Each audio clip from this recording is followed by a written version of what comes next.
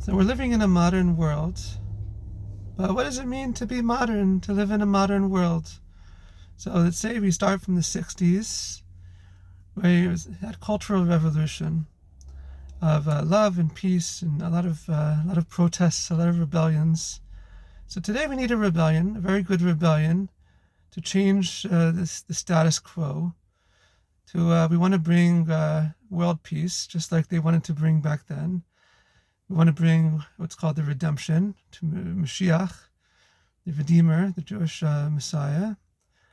All these ideals, like if we take the ideals that they talked about back in the 60s and 70s of love and peace and equality and diversity, initially these all seem very good, but it has to be put into context.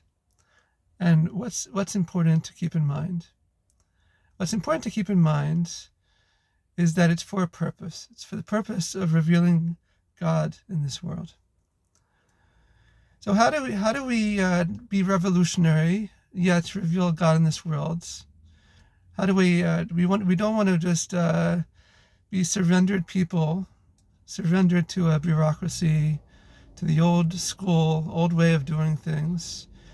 Right? That's in the 60s they felt that they were being hampered. Their creativity, their expression was being hampered.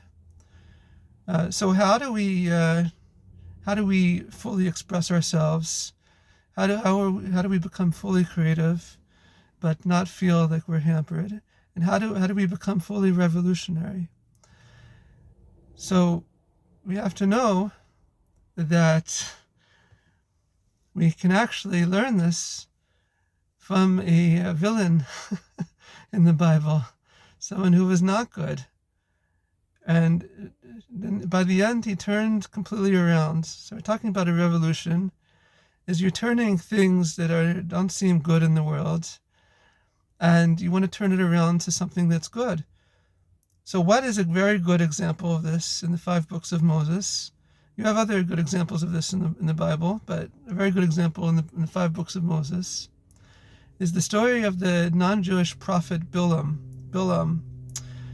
And by the end, I mean, he was brought by this king Balak to not to bless the Jewish people, the opposite of blessing.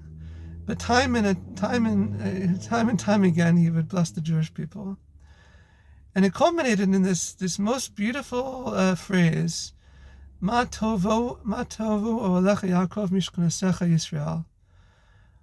How goodly are your tents, O Jacob, the dwelling places of Israel. The dwelling of Israel. So what is Ma tovu olecha? What's so good about the tents of the Jewish people? Because they were looking on this Bilam and Balak. They were looking on at the this dwelling of the Israelites, of the Jewish people. And what did they see? Is that one person's opening on their tent did not line up with another person's opening.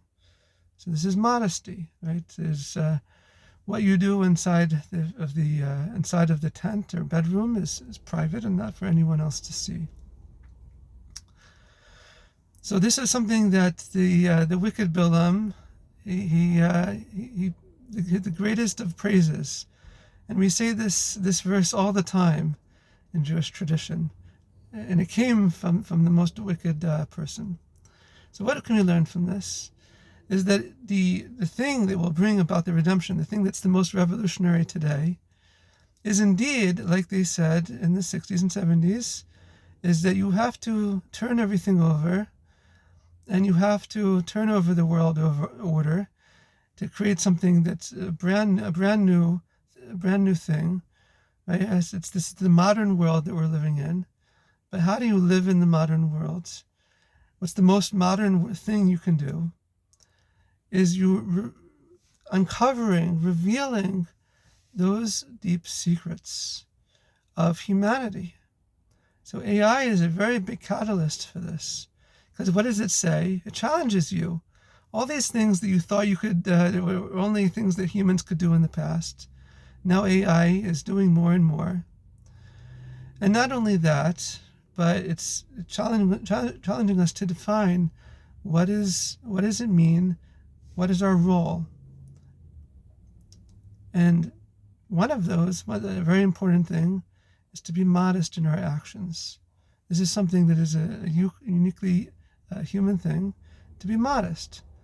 For instance, it's going to be more and more a trend to dress modestly, like for women to have nice, flowing, beautiful dresses, but covering things and not necessarily form-fitting.